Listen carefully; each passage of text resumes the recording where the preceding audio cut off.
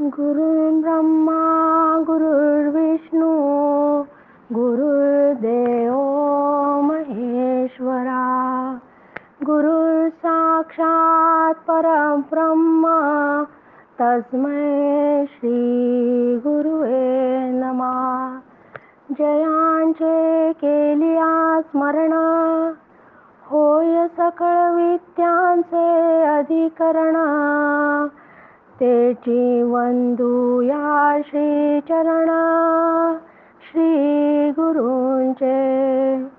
श्रुती स्मृती पुराणाम् आलयं करुणालयं नमामि भगवत्पादं शंकरं लोकशंकरं शंकरं शंकराचार्यं केशवं वादरायण सूत्रभाष्यकृतो वन्दे भगवन्तो पुनः पुनः। शुकासारिखे पूर्णवैराग्य जाचे वशिष्ठा परिज्ञान योगेश्वराचे कवी वाल्मिका सारिखा मान्य ऐसा नमस्कार माझा सद्गुरु रामदासा। जय जय रघुवीर समर्थ। सद्गुरु प्रल्हाद महाराज डॉक्टर काका व आदरणीय मंदाताईंना नमस्कार करते, जयश्रीताईंना नमस्कार करते। दासबोध अभ्यास वर्गासाठी जमलेल्या तुम्हा सर्व श्रोत्यांनाही वंदन करते। आज आपल्या निरूपणाचा दशक 5वा समास 5वा बहुधा ज्ञान निरूपण। मागच्या याच्यामध्ये आपण समर्थांनी सांगितलेला उपदेश पाहिला होता की अनेक मंत्र असले तरी आत्मज्ञानाशिवाय आत्मज्ञानाशिवाय अत्यंत सूक्ष्म आणि श्रेष्ठ असलेलं जे आत्मज्ञान आहे त्याशिवाय दुसऱ्या कोणत्याच ज्ञानाला महत्त्व नाही। हे सांगत असताना आता समर्थ आपल्याला बहुधा ज्ञान निरूपण सांगत आहेत। शुद्ध ज्ञान सांगण्याच्या अगोदर समर्थ आपल्याला अशुद्ध ज्ञान कसं असतं हे या समासात सांगितले आहे।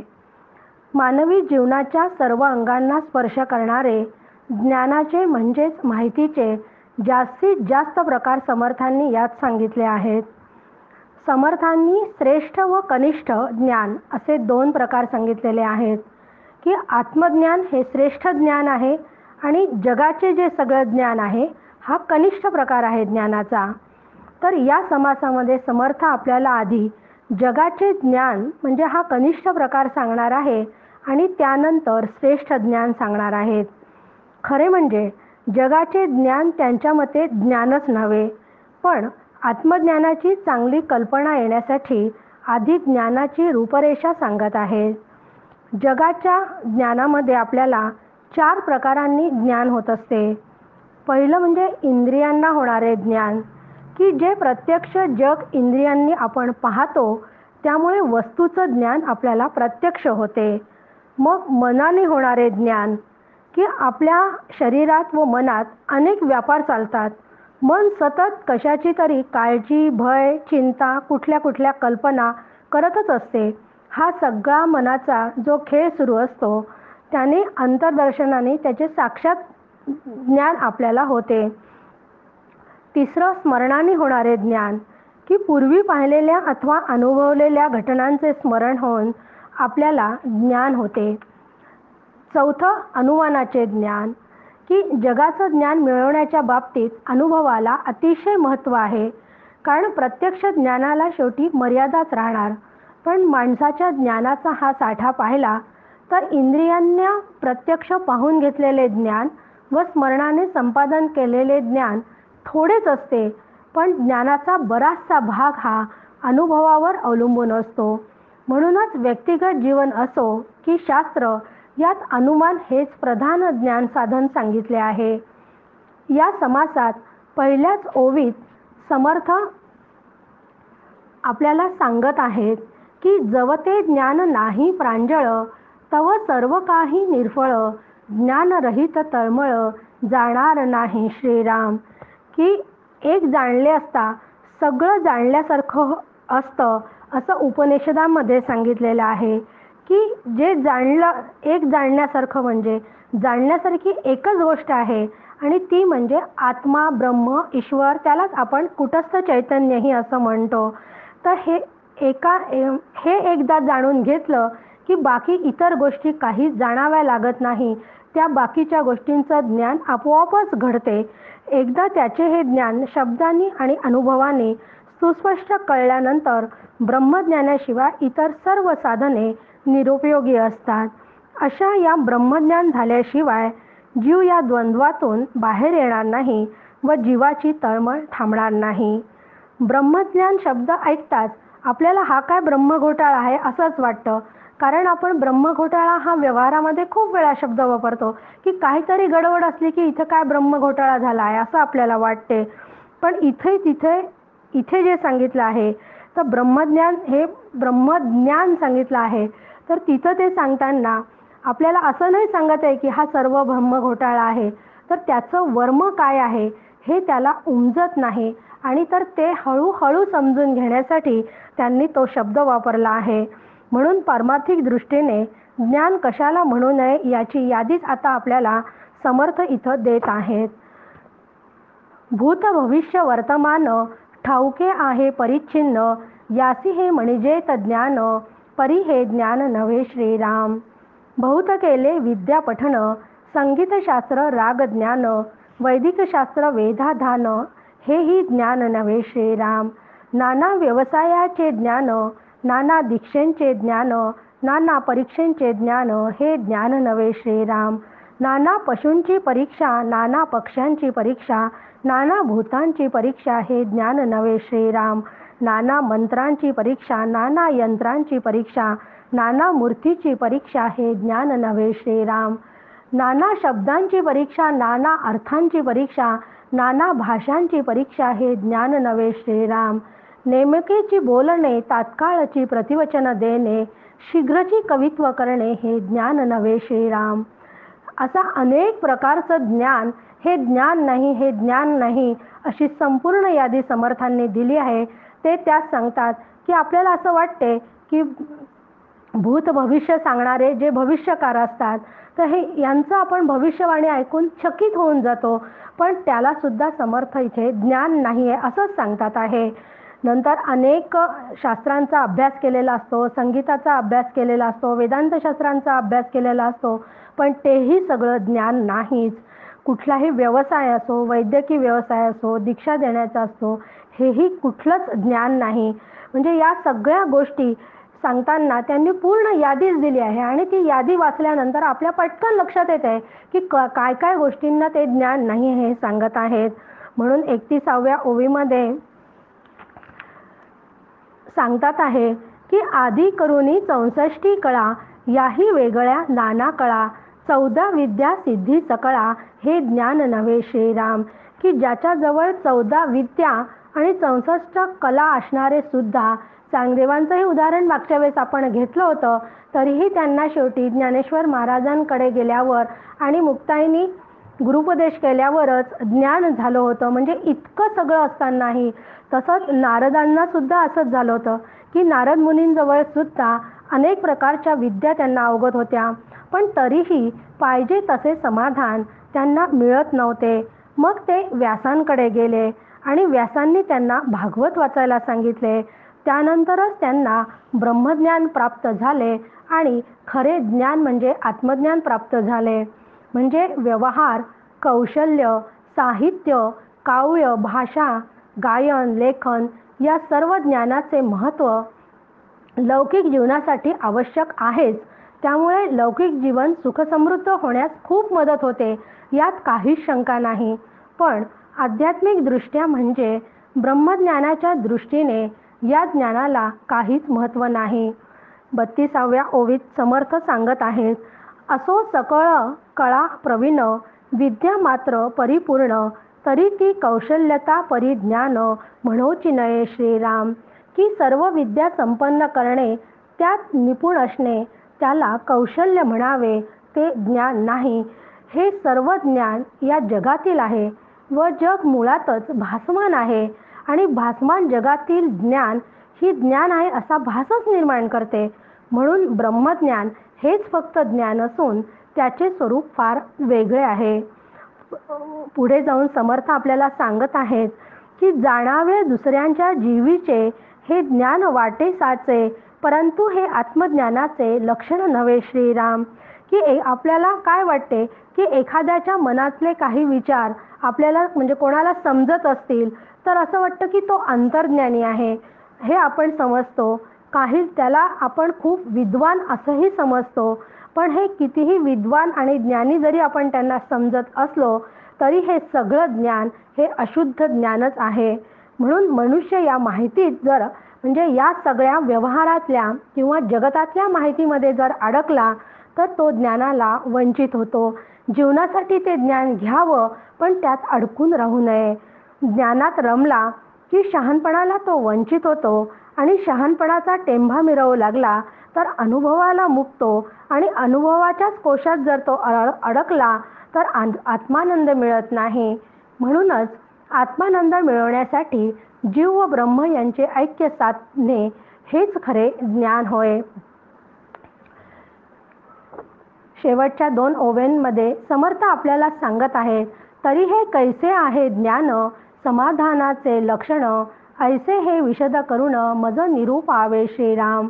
ऐसे शुद्ध ज्ञान पुसिले ते पुढील समासी निरूपिले, श्रोता अवधान दिदले पाहिजे पुढे श्रीराम.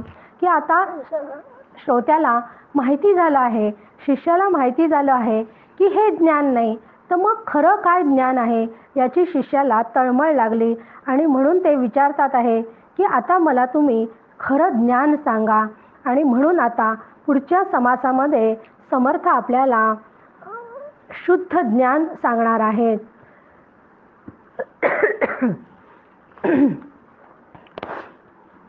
समास 6वा शुद्ध ज्ञान. मागच्या समासामध्ये उपदेश लक्षणं ऐकल्यानंतर आणि सगळे मंत्र हे सगळे अभ्यासल्यानंतर त्यातही त्यांनी शेवटच्या ओळीमध्ये सांगितलं होतं की आत्मज्ञानाचा उपदेशच सगळ्यात महत्त्वाचा आहे. आणि त्यानंतर त्यांनी आता बहुधा ज्ञानमध्ये पण आपल्याला सांगितलं की हे सगळं जरी तुम्ही ज्ञान मिळवलेलं असलं जगतातलं तरीसुद्धा आत्मज्ञान हेच खरे ज्ञान आहे. आणि याच विचाराने त्यांनी मागच्या समासाचा सुद्धा शेवट केला होता. मग आता या समासामध्ये समर्थ आपल्याला शुद्ध ज्ञान सांगत आहेत. तर पहिल्या समासामध्ये अनेक प्रकारचे निश्चय जेव्हा समर्थांनी सांगितले तेव्हा त्यांनी पहिल्याच दशकातल्या पहिल्या समासात शुद्ध ज्ञानाचा निश्चय सांगितला होता आणि या समासामध्ये तो निश्चय पूर्णत्वास गेला आहे. अध्यात्म क्षेत्रात काय किंवा आपल्या लौकिक नित्य व्यवहाराच्या क्षेत्रात काय ज्ञानाला अत्यंत महत्त्व आहे. परंतु त्या दोन्ही ज्ञानात अतिशय फरक आहे. कारण लौकिक ज्ञान हे संसारासाठी भरण पोषणासाठी जे ज्ञान संपादन केले जाते त्याला संत मंडळी ज्ञान म्हणत नाही. त्यांच्या मताने ती केवळ पोट भरणारी विद्या आहे. पोट भराया कारणे नाना विद्या अभ्यास करणे त्यासी ज्ञान म्हणती परी तेने सार्थक नाही श्रीराम. की आपण अशा पोट भरणाऱ्या विद्येला ज्ञान म्हणत असलो त्यासाठी अभ्यासही करत असलो तरी ते ज्ञान हे जीवनाचं कल्याण करणारं ज्ञान नाही. हे स्पष्ट इथे आपल्याला या ओवीतनं ते सांगत आहेत की जीवनाला ती विद्या आवश्यक आहे, त्याशिवाय प्रपंच उत्तम प्रकारे होणार नाही. पण ही विद्या म्हणजे काही ज्ञान नव्हे. कारण मानवी जीवनाचे अंतिम ध्येय केवळ उदरभरण नव्हे तर तुकोबांनी ते ध्येय अगदी स्पष्ट सांगितले आहे की आयुष्याचे साधने सच्चिदानंद पदवी घेणे. म्हणजेच काय की मुक्ती मोक्ष मिळवणे हेच जीवनाचे अंतिम ध्येय असावयास हवे. अशी ही मुक्ती मोक्षासाठी शुद्ध ज्ञान हवे आणि तेच या समासामध्ये आपल्याला सांगितलेले आहे. ज्ञान म्हणजे दुसरे तिसरे काहीही नसून ज्ञान म्हणजे आत्मज्ञानच आहे. आपल्या स्वस्वरूपाचा परिचय करून घेणे म्हणजेच ज्ञान आहे. हे ज्ञान मिळवण्यासाठी कुठेही बाहेर जावं लागत नाही, तर ते आपल्या आतच आहे. आपल्या अंतरंगाची ओळख म्हणजेच ज्ञान आहे. हा समास अत्यंत महत्त्वाचा आहे. म्हणून हा समास अत्यंत सविस्तरपणे याचा आपण अभ्यास करणार आहोत. आणि त्यामुळे याच्यात सगळ्या नवीन संकल्पना जरी येणार असल्या तरी पुढचा ग्रंथ आपल्याला अभ्यासण्यासाठी किंवा आयुष्यामध्ये इतर कुठलेही ग्रंथ अभ्यासण्यासाठी त्याचा अत्यंत उपयोग आहे. त्यामुळे यात पूर्ण जरी तत्त्वज्ञान असलं तरी हा मनापासून समजून घेण्याचा आपण प्रयत्न करूया.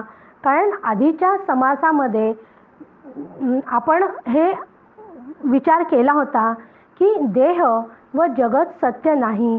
मी म्हणजे देह नसून आत्मा आहे आणि आत्मा देह हा नाशवंत आहे आणि नाशवंत जे आहे तो सगळा मायेचा प्रांत असतो आणि माया मिथ्या आहे. या सर्वांचा आपण थोड्याफार प्रमाणामध्ये अभ्यास केला आहे. हे जर सगळं थोडं स्मरणात आलं तर हा समास समजायला आपल्याला खूप सोपा जाईल. या समासाची पहिल्याच ओवीमध्ये समर्थ सांगत आहे, ऐक ज्ञानाचे लक्षण, ज्ञान म्हणजे आत्मज्ञान, पहावे आपणासी आपण, या नाव ज्ञान. या समासामध्ये सगळ्यात महत्त्वाची ओवी कोणची असेल तर ती हीच ओवी आहे की ऐक ज्ञानाचे लक्षण. तर मग ज्ञान म्हणजे काय? तर ज्ञान म्हणजे केवळ आत्मज्ञान आणि हेच शुद्ध ज्ञान आहे. पहावे आपणासी आपण, यात दोन आपण आले आहेत. तर मग आपणासी हा ध्येयरूप आहे, तर दुसरा आपण हा साधक आहे. आणि ध्येय म्हणजे आत्मा आणि साधक म्हणजे जीव आहे. मग साधकाने साधन करून ध्येयकार व्हावे. म्हणजे जीवाने, जीव म्हणजे आपण साधक, आणि जीवाने आत्म्याचे, आत्मा म्हणजे ध्येय म्हणजे आपणासी, तो मी आहे असे दर्शन घ्यावयाचे म्हणजे पाहावयाचे. हेच शुद्ध ज्ञान आहे असं आपल्याला या ओवीत सांगतात आहे. म्हणजे जीवाने आत्म्याचे तो मी आहे असे दर्शन घ्यावयाचे, यालाच आपण पहावे आपणासी आपण, ह्यालाच हे शुद्ध ज्ञान समर्थ आपल्याला सांगत आहे. तर मग परमार्थशास्त्रामध्ये त्यासाठी आपल्याला हे समजण्यासाठी आधी जीव म्हणजे काय ही समजून घ्यावं लागेल. तर शास्त्रामध्ये जीव ही केवळ आपल्याला समजण्यासाठी सांगितलेली एक संकल्पना आहे. मग आता हा जीव ही संकल्पना आपण थोडीशी स्पष्ट करून घेऊयात. तर जीव म्हणजे काय? तर जीव म्हणजे आत्मा अधिक बुद्धी आणि बुद्धीत पडलेले आत्म्याचं प्रतिबिंब म्हणजे जीव होय. यालाच शास्त्रीय भाषेमध्ये चिदाभास म्हणतात. मग यातील आत्मा जो आहे तो आपल्या संपूर्ण शरीरात व्यापून असतो आणि बुद्धीसुद्धा आपल्या शरीरामध्ये संपूर्ण व्यापून असते. पण ही बुद्धी अत्यंत स्वच्छ, काच जसा एकदम स्वच्छ असतो ना, त्या काचेप्रमाणे ती एकदम स्वच्छ असते आणि ती सत्वगुणाची आणि तेजतत्वाची आहे. मग ही बुद्धी स्वच्छ असल्यामुळे त्यात आत्म्याचं प्रतिबिंब पडते. हे प्रतिबिंब म्हणजे आपण आरशात स्वतःला पाहतो किंवा पाण्यातलं प्रतिबिंब असा अर्थ नाही आहे. तर ती बुद्धी म्हणजे स्वच्छ असल्यामुळे त्यात आत्म्याचं प्रतिबिंब पडते. म्हणजे आत्मा आणि बुद्धी हे संपूर्ण शरीरभर व्यापून आहे आणि या दोन्हींच्या जवळिकीमुळे आत्मचैतन्याचा ज्ञानरूप प्रकाश शुद्ध असलेल्या बुद्धितत्वात फाकतो. या फाकलेल्या ज्ञानप्रकाशालाच चिदाभास म्हणतात. ध्यानकाळी हा चिदाभास जेव्हा आत्मरूप होतो तेव्हा चिदाभासाला ज्ञान होते असे म्हणण्याची पद्धत आहे. यालाच पहावे आपणासी आपण म्हणतात. अरे बाप रे, असं वाटायला लागेल की किती कॉम्प्लिकेटेड आहे, पण असं नाही. हे समजून घेतल्याशिवाय पुढचं आपल्याला काहीच समजणार नाही. म्हणून हे आता आपण एका प्रयोगाने समजून घेऊया, म्हणजे हे जास्त लवकर येईल की चिदाभास कशाला म्हणतात. तर आता प्रत्यक्ष तर आपण समोरासमोर नाही आहेत, म्हणून तुम्ही फक्त कल्पनेने ते चित्र डोळ्यासमोर आणा, म्हणजे तुम्हाला चिदाभास काय आहे ही संकल्पना आणि जीव ही संकल्पना स्पष्ट होईल. तर आता समजा माझ्या एका हातामध्ये टॉर्च आहे आणि दुसऱ्या हातामध्ये एक पारदर्शक काचेचा पेपरवेट आहे.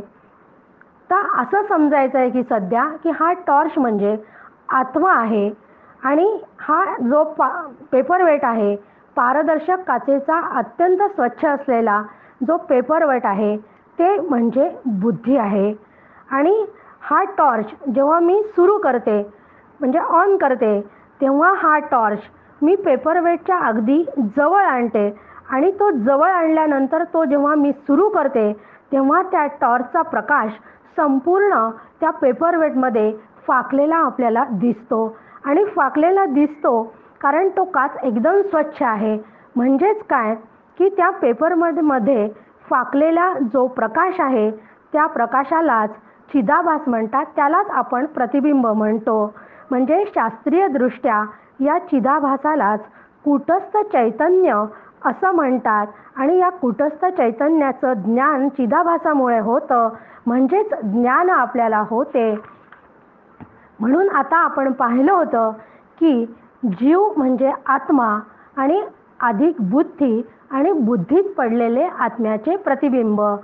मग आपण हे पाहिलं आता की आत्म्याचा प्रकाश जेव्हा बुद्धीत म्हणजे त्या टॉर्चचा प्रकाश जेव्हा त्या पेपरमेटमध्ये फाकला, त्याला आपण चिदाभास म्हटलं आहे. आणि तो जो चिदाभास आहे, तर मग यामध्ये आता 3 घटक आले होते की आत्मा आला होता, मग बुद्धी आली आणि बुद्धीत पडलेले आत्म्याचे प्रतिबिंब म्हणजे जीव ही संकल्पना आपण स्पष्ट करून घेतली होती.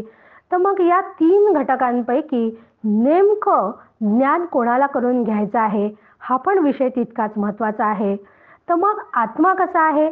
आत्मा ज्ञानघन आणि मुळातच ज्ञानरूपच आहे, म्हणून त्याला ज्ञान करून घेण्याची गरजच नाही. बुद्धी कशी आहे? बुद्धी जड आहे.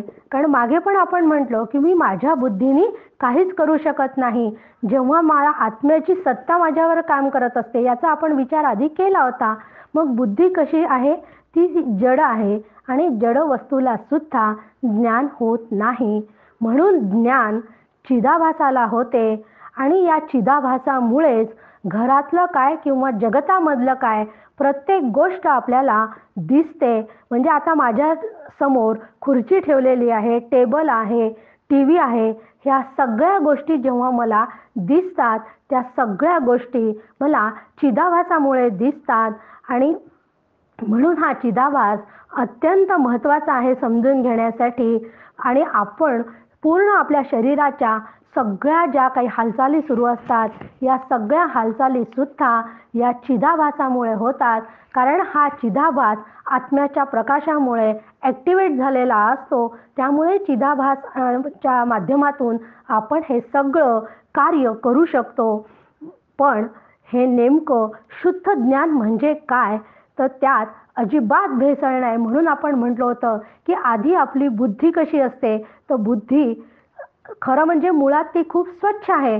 पण या जगतातल्या दृश्य जगतामध्ये आपण खूप रममाण झाल्यामुळे या बुद्धीमध्ये मन निर्माण होतो. म्हणजे त्यावर ती बुद्धी जितकी स्वच्छ असायला पाहिजे तेवढी ती राहत नाही. कारण त्या दृश्य जगतातल्या सगळ्या वस्तूंची, दृश्यांची भेसळ त्या बुद्धीमध्ये निर्माण होते. म्हणून शास्त्राच्या अभ्यासाने आपल्याला ती बुद्धी आधी पूर्ण स्वच्छ करून घ्यावी लागते. तेव्हाच आपल्याला शुद्ध ज्ञान करून घेता येते. म्हणजे शुद्ध ज्ञान म्हणजे काय? तर ज्याच्यामध्ये कुठलीही भेसळ नाही, त्याला शुद्ध ज्ञान म्हणतात. सध्याच्या घटकेला आपल्यामध्ये आपली बुद्धी स्वच्छ नाही आहे. मग ही बुद्धी स्वच्छ करून घेण्याचं कामसुद्धा आपलंच आहे. या समासामध्ये आपल्याला सगळ्याच गोष्टी ते शिकवणार आहेत. तर मग शुद्ध ज्ञान काय आहे? तर पुढच्या ओवीमध्ये आपल्याला समर्थ सांगत आहेत, मुख्य देवास जाणावे, सत्य स्वरूप ओळखावे, नित्यानित्य विचारावे, या नाव ज्ञान श्रीराम. की मुख्य देवास जाणावे. मग देवाचे मूळ स्वरूप कसे आहे हो? तर देव कसा आहे? म्हणजे देव म्हणा, ईश्वर म्हणा, सच्चित आनंद रूप आहे. दासबोधामध्ये समर्थांनी चत्वार देव निरूपण या समासामध्ये 4 प्रकारचे आपल्याला देव सांगितले आहेत. एक मूर्तीपूजेमधून आपण ज्याची पूजा करतो तो देव, एक अवतार देव, सगुण साकार ईश्वर आणि निर्गुण निराकार ब्रह्म असे 4 प्रकारचे देव सांगितले. यातील निर्गुण निराकार ब्रह्म म्हणजेच मुख्य देव होय. मग ब्रह्म कसं असते? ब्रह्म सत्य आहे आणि जे सत्य असते ते त्रिकालाबाधित असते. त्रिकालाबाधित असते याचा अर्थ ते तिन्ही काळात असते, म्हणूनच त्याला सत्य म्हणतात. असं हे जे ब्रह्म आहे त्यालाच आत्मा म्हणतात, त्यालाच चैतन्य असं म्हणतात. आणि अशा या आत्म्याचे म्हणजे आपल्या अंतरंगात असलेल्या चैतन्याचे ज्ञान करून घ्यायचे असेल तर मला नित्य काय आणि अनित्य काय याचा विवेक चित्तात जागृत करावा लागेल. मग नित्य काय आहे? नित्य फक्त ब्रह्म आहे आणि म्हणजेच चैतन्य आहे. आणि अनित्य काय आहे? तर जो आपला देह जो अष्टधा प्रकृतीचा आहे, म्हणजे आपल्याला आरशात दिसतो हा जो देह आहे आपला, तो स्थूल देह आहे आणि तो विकारी आहे. त्याचा नाश होतो, त्याला विकारी म्हणतात. आणि देहसुद्धा विकारी आहे, म्हणून तो देह अनित्य आहे, कारण तो एक दिवस जाणार आहे. या देहातच अंतःकरण असते आणि अंतःकरण हा सूक्ष्म देह आहे. आणि असे हे अंतःकरण काही काळ आपल्याला भासते आणि काही काळ ते भासत नाही, म्हणून तेही अनित्य आहे. कारण आपल्याला याचा अनुभव केव्हा येतो की अंतःकरण म्हणजे तर गाढ झोपेमध्ये आपल्याला अंतःकरणाचा अनुभव येत नाही. गाढ झोपेमध्ये आपल्याला काहीच समजत नसते, म्हणजे त्यात अंतःकरणाचा अनुभव येत नाही. मग म्हणून अंतःकरण सुद्धा कसं आहे तर ते अनित्यच आहे. म्हणून मला नित्य आणि अनित्य काय आहे हे समजून घेऊन नित्याची ओळख करून घेणे हेच खरे ज्ञान आहे. जेथे दृश्य प्रकृती सरे पंचभूती कौसरे समूळ द्वैत निवारे या नाव ज्ञान तिसरी ओवी. येथे दृश्य प्रकृती सरे पंचभूती कौसरे समूळ द्वैत निवारे या नाव ज्ञान. की आत्म्याचं ज्ञान होणे म्हणजे काय तर अद्वैत ज्ञान, ज्याला दृश्य जगाचा थोडासाही स्पर्श होत नाही, दुसरेपणाने तिथे काहीच नाही, तेच अद्वैत आहे आणि तोच आत्मा आहे आणि तोच ब्रह्म आहे. मग आपला देह कसा आहे तर तो पंचमहाभूतांचा आहे, अष्टधा प्रकृतीचा आहे. तसंच हे जगतही पंचमहाभूता आणि अष्टधा प्रकृतीचंच पंचमहाभूतात्मकच आहे. आणि जे जे पंचभौतिक असतं ते दृश्य जगतातलं असतं, त्याला उत्पत्ती स्थिती व लय या अवस्था असतात, म्हणून ते सर्व नाशवंत आहे. मग त्या देहाचाच भाग म्हणजे अंतःकरण आहे. आणि अंतःकरणामध्ये 4 गोष्टी असतात: मन, बुद्धी, चित्त आणि अहंकार. जीवाला मी अशी जी जाणीव अहंकारामुळे होते, तो मी हा आत्म्याचे भ्रामक स्वरूप आहे. आणि तो अहंकार बाजूला सारल्याशिवाय खरा आत्म्याचे ज्ञान होत नाही. हा अहंकार कसा अनित्य आहे, कारण तो अंतःकरणाचा भाग आहे. आत्ताच आपण ते अभ्यासलं की ते अंतःकरण सुद्धा अनित्य आहे. आणि असा हा अंतःकरणाचा भाग पंचमहाभूतांच्या सत्वगुणापासून हे अंतःकरण तयार झालेले आहे. आणि ते अंतःकरण हेच मूळ द्वैताचे कारण आहे. आणि या द्वैतातून मला बाहेर पडण्याचाच अभ्यास करायचा आहे, त्याशिवाय मला शुद्ध ज्ञान मिळणार नाही. मग अंतःकरण कसं आहे? दृश्य आहे, म्हणजे त्याची आपल्याला वेगळेपणाने जाणीव होते. म्हणून अंतःकरणातील अहंकार रूप द्वैताचा निवारण करणे म्हणजेच ज्ञान होय. ज्या तत्वामते पंचभौतिक दृश्य सृष्टीचा बाध होऊन द्वैताचा मागमूसही राहत नाही, त्या तत्वाच्या अनुभवालाच ज्ञान असं म्हणतात. असं थोडक्यात आपण त्या ओवीचा अर्थ समजू शकतो. पुढची ओवी आपल्याला सांगते आहे: मन बुद्धी अगोचर न चले तर्काचा विचार, उल्लेख परे हुनी पर या नाव ज्ञान श्रीराम. की आपल्याला उपनिषद सांगते की मन आणि बुद्धी ह्यांच्या साह्याने आपण सगळे व्यवहार करत असतो. आपल्याला सगळ्या सुखदुःखाचा अनुभवही जो येतो तर तो अनुभव अंतःकरणाला येत असतो.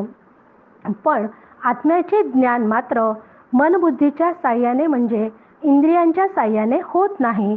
तर मन बुद्धी यांना प्रकाशित करणारे जे चैतन्य तत्व आहे त्याच्या सत्तेनेच मन आणि बुद्धी प्रकाशित होतात, तेव्हाच आपल्याला ज्ञान होते. म्हणजे काय की आत्मा त्या बुद्धीला प्रकाशित करतो, म्हणजे चिदाभासाला प्रकाशित करतो आणि मग चिदाभासाच्या माध्यमातनं आपल्याला सगळं हे ज्ञान होत असते. मग मन मी नाही, मी बुद्धी नाही याचा आपण अभ्यास केला होता. माझी बुद्धी काम करत नाही असं जेव्हा मी म्हणते तेव्हा माझी बुद्धी म्हणते, तेव्हा बुद्धी माझ्यापेक्षा वेगळी असल्यामुळे माझी बुद्धी असं मी म्हणते, मी बुद्धी म्हणत नाही. म्हणून ज्याला मी माझे माझे म्हणते ते मी नाही हे लक्षातच ठेवावयास हवे. मग हा आत्मा मन बुद्धीने जाणता येत नाही, तर मग त्याला जाणायचे कसे असा प्रश्न पडतो. कारण मन बुद्धीने जर मी त्या आत्म्याला जाणू शकत नाही तर मग आपल्याला प्रश्नच पडणार ना की मग आत्मा आता कसं काय जाणून घ्यायचा आहे. कारण आपल्याला सगळं मन आणि बुद्धीच्या माध्यमातनं माहिती गोळा करायचं हे ज्ञान जे घेतो ते त्याच माध्यमातनं घेतो. मग हे आत्माचं ज्ञान कसं करून घ्यायचं. म्हणून तुकाराम महाराज आपल्याला सांगतात, मन वाचातीत तुझे हे स्वरूप म्हणून माप भक्ती केली. की तुझे हे स्वरूप कुठल्याही तर्काने मनाने जाणता येत नाही. मन बुद्धी तिथपर्यंत पोहोचूच शकत नाही. म्हणून मी तुझी भरपूर भक्ती करतो. त्यासाठीच आपण या सगळ्या समासांच्या आधी 9वीचा भक्तीचा अभ्यास केला होता आणि भक्ती कशी करायची याचं ज्ञान आपण घेतलं होतं. की अशी भक्ती जर मी सतत करत गेले तर हळूहळू देहाची संसाराची आसक्ती कमी कमी होत जाते व शुद्ध अंतःकरण व्हायला मदत होते. आणि शुद्ध अंतःकरण झाले की गुरुकृपांकित होते आणि गुरुकृपांकित झाले की जे आत्मज्ञान आहे ते आपल्याला होऊ शकते. मग भक्ती म्हणून भक्ती ही काही मिळवण्यासाठी करायची नाही, तर भक्ती ही अंतःकरण शुद्ध व स्वच्छ करण्यासाठी भक्ती करायची आहे. अशी भक्ती संत करतात. म्हणून तुकाराम महाराज म्हणतात की अशी माप भक्ती केली की अशी मी भक्ती केली आहे की जी सकाम आहे.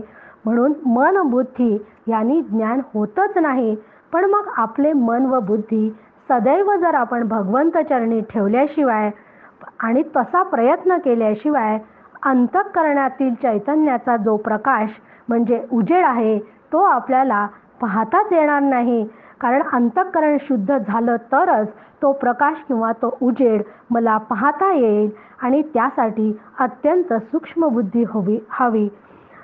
त्याच्याच पुढच्या चरणात ते उल्लेख करतात आहे की उल्लेख परेहुनी पर या नाव ज्ञान. की आपण कुठलाही शब्द उच्चारतो तो शब्द उच्चारताना तो परा पश्चंती मध्यमा वैखरी या 4 वाणींनी शास्त्रांनी आपल्याला त्यासाठी सांगितलेल्या आहेत.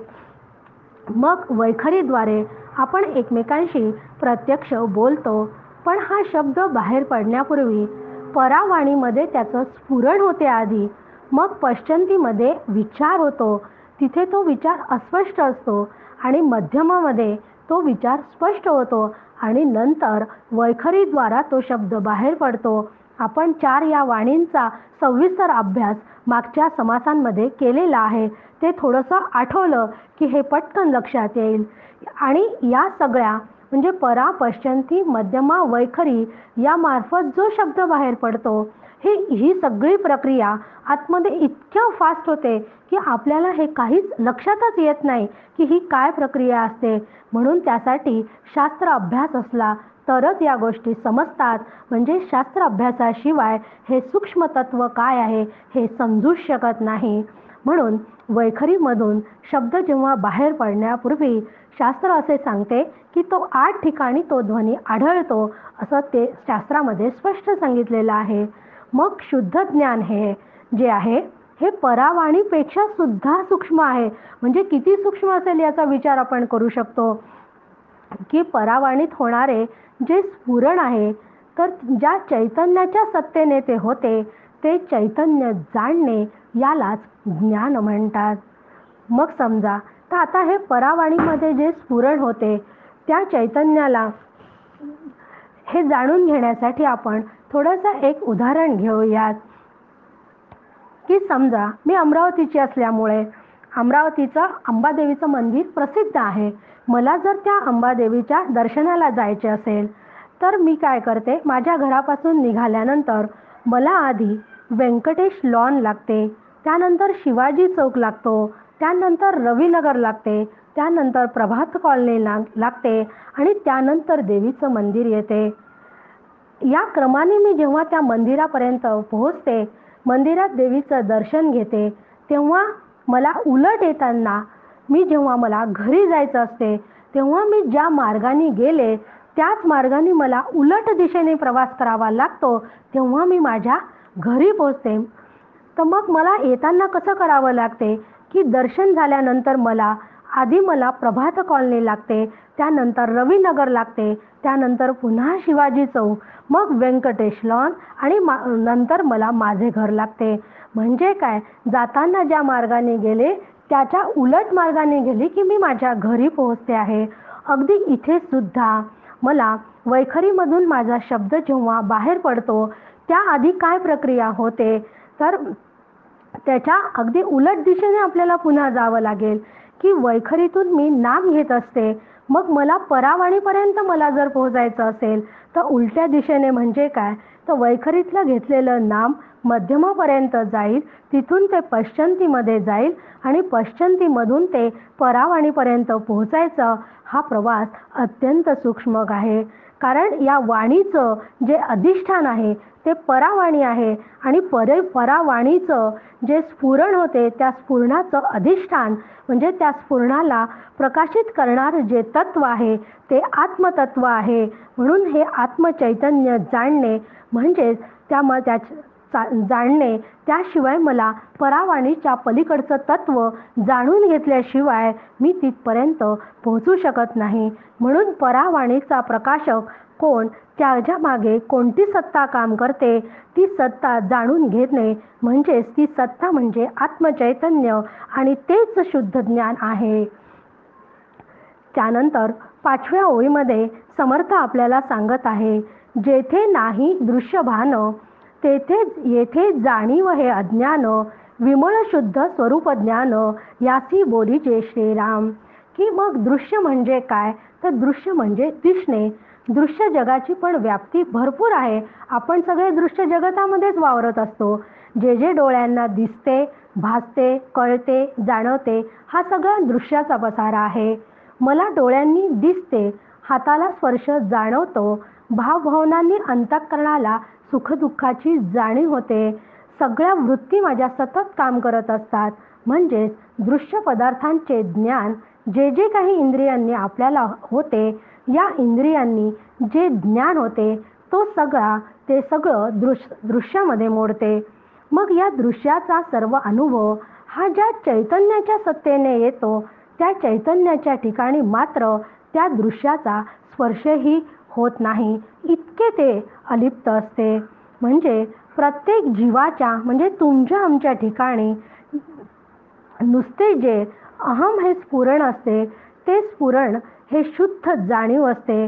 पण या अहममध्ये जेव्हा दृश्य पदार्थ घुसतात, आधी ते शुद्ध असते, पण त्यामध्ये जेव्हा आपल्याला दृश्य पदार्थ घुसतात तेव्हा त्याला जे मीचे अहमचे स्फुरण होते, म्हणजे स्फुरण होते, तर त्याला जेव्हा ते घुसते तेव्हा मी गोरी, मी काळी, मी अमक्याची मुलगी आहे, मी देह आहे, असं मला स्फुरण व्हायला लागते. ती अविपरीत जाणीव आहे. म्हणजे आधीची जाणीव होती ती शुद्ध होती, ज्याच्यामध्ये दृश्य घुसलेलंच नव्हतं, ती शुद्ध जाणीव होती. पण या जाणीवेमध्ये जेव्हा भेसळ होते आणि मला स्वतःला मी देह समजायला लागते, मी गोरी, मी काळी असं म्हणायला लागते, तेव्हा ही जाणीव जी शुद्ध असते ती अविपरीत जाणीव व्हायला लागते. आणि ही विपरीत जाणीव दृश्य पसाऱ्यातून बाजूला झाल्याशिवाय मला चैतन्यापर्यंत पोहोचता येत नाही. म्हणून दृश्यातील रमणे थांबल्याशिवाय दृश्य अदृश्याच्या पलीकडे असलेलं तत्व मला जाणता येत नाही. म्हणजे मी पहिलं हे स्फुरण जे आहे ती शुद्ध जाणीव आहे. मग त्यात मी देह, मी गोरी, मी बुद्धिमान असं जे हे अविपरीत जाणीव आहे. त्यानंतर मी कोण हे काहीच न कळणे म्हणजे नेणीव. मग सध्या तर मी काय आहे, मी अज्ञानी सुद्धा आहे. म्हणून जीव कसा आहे तर जाणीव नेणीव मिश्रित आहे असं समर्थ आपल्याला सांगतात. मग यातून सुटका होण्यासाठी श्री गुरु आपल्याला उपदेश करतात. मुळात मी आत्मा असताना स्वतःला देह समजते. मुळात जग सत्य नसताना जगाला मी सत्य समजते. या विपरीत जाणीवेतून संत श्री गुरु आपल्याला सोहम सारखी साधना सांगतात. त्यामुळे मला माझे जे मूळचे विस्मरण झाले आहे की मी देह नसून मी आत्मा आहे, त्याचे स्मरण करून देण्यासाठी सद्गुरू आपल्याला तत्वमसी म्हणजे ते तूच आहेस, तेच ब्रह्म तूच आहे याचं स्मरण करून देतात. हे तत्वमसी सुद्धा आपण समजून घेतलं होतं, पण हाही विचार सगळा सविस्तर पुढे येणारच आहे. म्हणजेच साधकाने या जाणीवेच्या पलीकडे असलेलं तत्व जाणून घेतले पाहिजे. म्हणजे साधकाने ते जाणून घेण्यासाठी सुरुवातीला त्याला काही साधना करावी लागते. म्हणजे साधकाने सुरुवातीला आपल्या ध्येयापर्यंत पोहोचण्यासाठी काही साधना करायची. साधना करत करत आपल्या ध्येयापर्यंत पोहोचायचे व नंतर ते साधन हळूहळू सोडून द्यायचे. यालाच जीव ब्रह्म ऐक्य म्हणतात. तेच शुद्ध ज्ञान होय. त्यालाच समर्थ विमल ज्ञान म्हणतात. जेथे साधक साधन साध्य या त्रिपुटीचा लय होतो तिथं कोणताच मल राहत नाही. त्रिपुटीचा मल राहत नाही, कुठलाच द्वंद्व राहत नाही, दृश्य भान राहत नाही, द्वैत्य नाही, असं कोणताच मल राहत नाही. आणि तो मल नसलेलं हे शुद्ध स्वरूप म्हणजेच शुद्ध ज्ञान आहे. 6, 7, 8 ओवीमध्ये समर्थ आपल्याला सांगत आहेत. सर्व साक्षी अवस्था तुरिया ज्ञान ऐसे म्हणती तया परी ते जाणीजे वाया पदार्थ ज्ञान श्रीराम. दृश्य पदार्थ जाणीजे त्यास पदार्थ ज्ञान बोलीजे शुद्ध स्वरूप जाणीजे या नाव स्वरूप ज्ञान श्रीराम.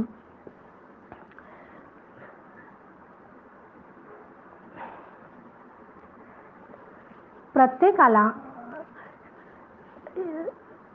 6व्या ओवीत ते म्हणतात आहे सर्व साक्षी अवस्था तुरिया, की प्रत्येकाला म्हणजे तुम्हाला आम्हाला सगळ्या जीवाला 3 अवस्था असतात. जागृती, स्वप्न आणि सुषुप्ती. त्या पलीकडे एक अवस्था असते त्याला तुरिया म्हणतात.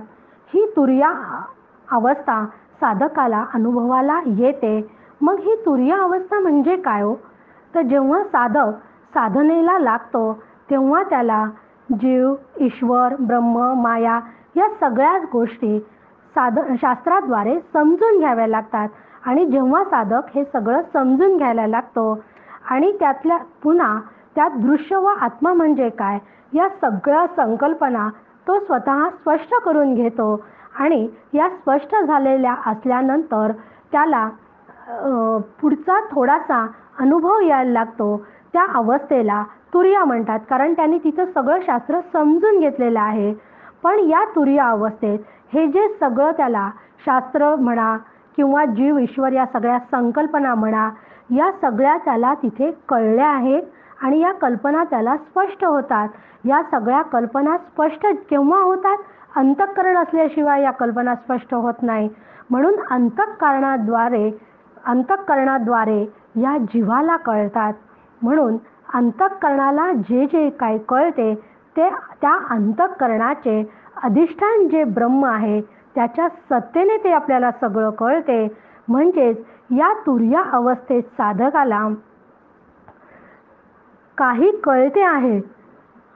म्हणजे जाणे ब्रह्म जाणे माया ते एक जाणावी तुरिया असं आपल्याला समर्थ सांगतात. म्हणजे त्या तुरिया अवस्थेत साधकाला ब्रह्म काय हेही समजलेले असतं आणि माया काय हेही समजलेलं असतं. म्हणजे दोन्हीही समजलेलं असतं. ही जी तुरिया अवस्था आहे त्याला तुरिया अवस्था म्हणतात. या तुरिया अवस्थेत ध्यान प्रक्रियेतील अवस्था आहे. ही तो आत्मानुभूतीचा उंबरठा आहे, कारण त्याला दोन्हीही गोष्टी समजल्या आहे, ब्रह्म आणि माया. म्हणजे जसं घराला उंबरठा असतो ना, त्या उंबरठ्यावरून अलीकडचे व पलीकडचे दोन्हीही दिसायला लागते. अगदी तशीच ही तुरीय अवस्था आहे. कारण त्या उंबरठ्यावर अलीकडील द्वैताची जाणीव म्हणजे मायेचा प्रांत पण त्याला समजत असतो आणि उंबरठ्या पलीकडे असलेला स्वरूपाचा भास होतो. म्हणजे थोडंफार ब्रह्मही माहिती झालेलं असतं. मग स्वरूपाचा भास होतो. अशा त्या अवस्थेला काही जण ज्ञान समजतात आणि इथंच सगळ्यांची फसगत होते. परंतु तुर्येचा अनुभव देखील हे खरे ज्ञान नाही असं या ओवीत आपल्याला समर्थ सांगतात आहे. कारण येथे सूक्ष्म विचार असतो की तिथं द्वैतरूप प्रपंच तिथं शिल्लक आहे. म्हणूनच ज्ञानाच्या दृष्टीने ती अवस्था अलीकडची ठरते. कारण या अवस्थेत वृत्ती शिल्लक असतेच. मला कळले ही वृत्ती असल्यामुळे तिथे वृत्तीरूप द्वैत शिल्लकच आहे. म्हणून दृश्य पदार्थ कळणे हे पदार्थ ज्ञान आहे आणि पदार्थ ज्ञान जड असते. म्हणून वृत्तीला म्हणजे अंतःकरणाला जे कळले ते पदार्थ ज्ञान असते. खऱ्या ज्ञानाला असे ज्ञान झाले हा सांगणारा खरं ज्ञान झाले असेल तर खऱ्या ज्ञान ज्याला झालं आहे तर खरे ज्ञान झाले असे सांगणारा शिल्लकच राहत नाही. म्हणून एकनाथ महाराज म्हणतात मितूपणाची झाली बोळवण. त्या दोघंही एकरूप होतात त्यामुळे तिथं ज्ञान झाले असं सांगायला कोणी शिल्लकच राहत नाही. म्हणून ब्रह्मज्ञान झाल्यावर जीव व ब्रह्म एकरूप झालेले असतात. त्यामुळे त्या अवस्थेत द्वैत शिल्लकच राहत नाही. म्हणून अद्वैताचा तेथे अद्वैताचाही अनुभव आहे. म्हणून केवळ अंतःकरणाला कळले तोपर्यंत ब्रह्मज्ञान होत नाही. म्हणजेच नुसत्या शब्दाने ब्रह्मज्ञान होत नाही पण शब्दाशिवाय सुद्धा ब्रह्मज्ञान होत नाही. म्हणून डॉक्टर काका म्हणतात की बुद्धीशिवाय शब्दज्ञान होत नाही व बुद्धीचा बाध केल्याशिवाय सुद्धा ज्ञान होत नाही. कारण बुद्धीने हे सगळं समजून घ्यायचं आहे आणि नंतर ते सगळं सोडून द्यायचं आहे. म्हणून कितीही संकल्पना स्पष्ट झाल्या तरी दृश्य गोष्टींचे ज्ञान म्हणजेच पदार्थ ज्ञान तर स्वरूपाचा बोध होणे म्हणजेच स्वरूप ज्ञान. म्हणजेच हे ज्ञान कसे होते तर हे केवळ शब्दात सांगून ऐकून होत नाही तर त्याचा साधकाला अनुभवच घ्यावा लागतो. आता मी जर तुम्हाला सांगितलं की साखर गोड आहे, तुम्ही म्हणाले मला की ताई अहो साखर गोड आहे पण ती कशी असते हो. मी तुम्हाला खूप साखरेचं वर्णन करून सांगितलं की ही साखर पांढरी स्वच्छ असते, ती बारीक बारीक असते, ती कधी चौकोनी असते तर कधी गोल असते. असं मी कितीही वर्णन केलं तरी तुम्ही मला विचाराल की मग ही साखर गोड असते म्हणजे कशी हो. तर मी तुम्हाला म्हणेन मीही तुम्हाला साखर हातावर देते ताई, तुम्हीच ही साखर खाऊन पहा. म्हणजे काय की मी स्वतः साखर खाऊन पाहिल्याशिवाय साखर गोड आहे याचा मला अनुभव येणार नाही आणि अनुभव स्वतःच घ्यावा लागतो. अगदी तसंच ब्रह्मज्ञानसुद्धा आधी दृश्य जगतातील पदार्थांनी म्हणजे शास्त्रांनी समजून ते घ्यायचे व नंतर ते सगळे सोडून द्यायचे. त्यानंतर जे काय होते तेच शुद्ध ज्ञान आहे. त्याचा अनुभव स्वतःला घ्यावा लागतो. म्हणून केवळ शास्त्राद्वारे होणारे ज्ञान हे तुर्येचे खरे ज्ञान नाही. तर तुर्येचे ज्ञान नाही. शब्दांच्या पलीकडे रूपाच्या पलीकडे सर्वांच्या अतीत असणारे हेच खरे शुद्ध ज्ञान होय. म्हणून साधकाने लक्षात ठेवायचे की दृश्याच्या जगातील एकाही पदार्थाने ब्रह्मज्ञान होत नाही, ते दाखवता येत नाही. ब्रह्मज्ञानाचा अनुभव स्वतःच घ्यावा लागतो. म्हणून 8व्या ओवीत समर्थ आपल्याला सांगत आहेत, येथे सर्वचही नाही ठाईंचे, तेथे सर्व साक्षत्व कैसे. म्हणून शुद्ध ज्ञान तुर्येचे मानूच नये श्रीराम. ज्ञान म्हणजे अद्वैत, तुर्या प्रत्यक्ष द्वैत. म्हणून शुद्ध ज्ञान ते सतत वेगळेची असे श्रीराम. की सर्व म्हणजे इथे जगताचा उल्लेख केलेला आहे. मग मूळ सिद्धांत शास्त्राचा आहे की अगा जे झालेचे नाही. आपणही अभ्यास केला की जग सत्य नाही. मग जे झालेलेच नाही त्याचं साक्षीत्व करणारं कोणी असेलच कसे. म्हणून तुर्या अवस्था कितीही जवळची असली तरी ती अवस्था म्हणजे शुद्ध ज्ञान नाही. म्हणून समर्थांनी पहिल्याच ओवीत आपल्याला सांगितले होते की पहावे आपणासी आपण. मग मला जर माझं मूळ स्वरूप जाणून घ्यायचं असेल, त्याचा अनुभव घ्यायचा असेल तर मला माझ्या चित्तातून या सगळ्या दृश्य जगताबद्दलच्या ज्या चुकीच्या संकल्पना आहेत त्या सगळ्या बाजूला कराव्या लागतील आणि या सगळ्या कल्पना फक्त स्पष्ट करून त्याचं ज्ञान करून घ्यावं लागेल. म्हणजेच काय की तरच मला खरं ज्ञान होणार आहे. मग ज्ञान म्हणजे अद्वैत आहे आणि तुर्या प्रत्यक्ष द्वैत आहे. कारण त्याच्यात मी जाणतो म्हटलं आहे. मग जाणतो म्हटलं की द्वैत होते आणि तेथे जाणणारा व ते जाणावयाचे आहे असे दोन होतात. मग अद्वैतात असं होऊ शकत नाही. मग दोन झाले म्हणजे तिथं द्वैत आहे. म्हणून शुद्ध ज्ञान जे आहे, जे स्वरूपाचं ज्ञान आहे, ते वृत्ती ज्ञानापेक्षा काही वेगळंच आहे. हे समर्थ आपल्याला इथं सांगत आहेत. म्हणून शुद्ध ज्ञान म्हणजे काय या की हे समजून घ्यायचं असेल, ज्याला आत्मा ब्रह्म म्हणतात, जो सच्चित आनंद घन आहे, तेच माझं स्वरूप आहे आणि तेच सर्व जीवांचं स्वरूप आहे, त्याचा बोध करून घेणे यालाच शुद्ध ज्ञान म्हणतात. म्हणून 10व्या ओवीत त्यांनी आपल्याला सांगितले की ऐक शुद्ध ज्ञानाचे लक्षण, शुद्ध स्वरूपची आपण, या नाव शुद्ध स्वरूप ज्ञान जाणीचे श्रोते श्रीराम, की मी शुद्ध स्वरूप आहे. हेच ज्ञान शुद्ध स्वरूप ज्ञानाचे लक्षण आहे आणि श्रोत्यांनी हेच लक्षात ठेवावे. मग याचा बोध करून शुद्ध ज्ञान समजून घ्यावं. तर मग शुद्ध ज्ञान करून घेण्याचा उपदेश पुढच्या ओव्यांमध्ये समर्थ आपल्याला सांगणार आहेत. मग पुढच्या ओव्या आपण पुढच्या प्रवचनात घेणार आहोत. कारण हा समाज खूप अत्यंत महत्त्वाचा असल्यामुळे तो कमी वेळामध्ये होऊ शकणार नसल्यामुळे आपण हा समाज पुढच्या प्रवचनामध्ये कंटिन्यू करणार आहोत. जय जय रघुवीर समर्थ.